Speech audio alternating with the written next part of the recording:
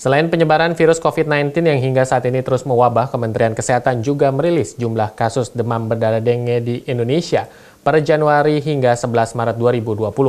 Hasilnya kasus DBD menembus angka 16.000 dengan 100 jiwa lebih meninggal dunia.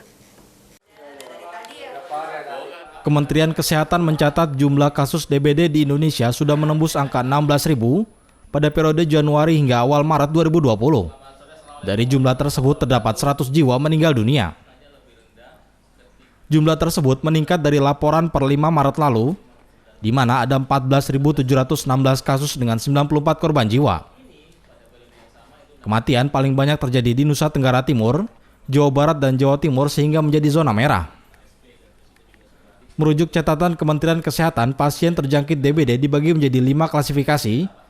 Di antaranya usia di bawah 1 tahun 2,13%, usia 1 hingga 4 tahun 9,23%, usia 5 hingga 14 tahun 41,72%, usia 15 hingga 44 tahun 37,25%, dan pasien di atas 44 tahun sebanyak 9,67%.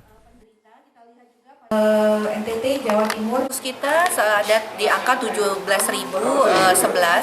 dengan angka kematian 104. Nah, untuk angka kematian memang paling tinggi adalah di Kabupaten Sika dengan di Provinsi NTT, dengan jumlah 32 kematian.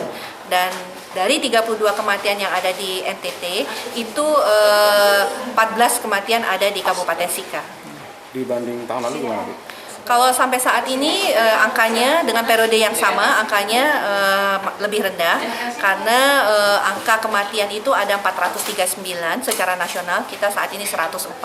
Kemudian angka kesakitannya kita sudah pada angka 53.000, yang saat ini baru 17.000.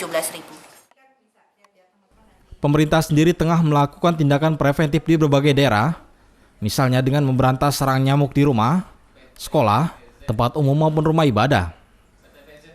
Pada 2019 lalu, Kementerian Kesehatan mencatat ada 137.760 kasus DBD dengan 917 orang korban jiwa. Sepanjang Januari hingga Maret 2019, ada 51.400 kasus dengan 463 korban jiwa, lebih besar ketimbang kasus dan korban jiwa pada Januari hingga Maret 2020. Deddy Musoni memberitakan dari Jakarta.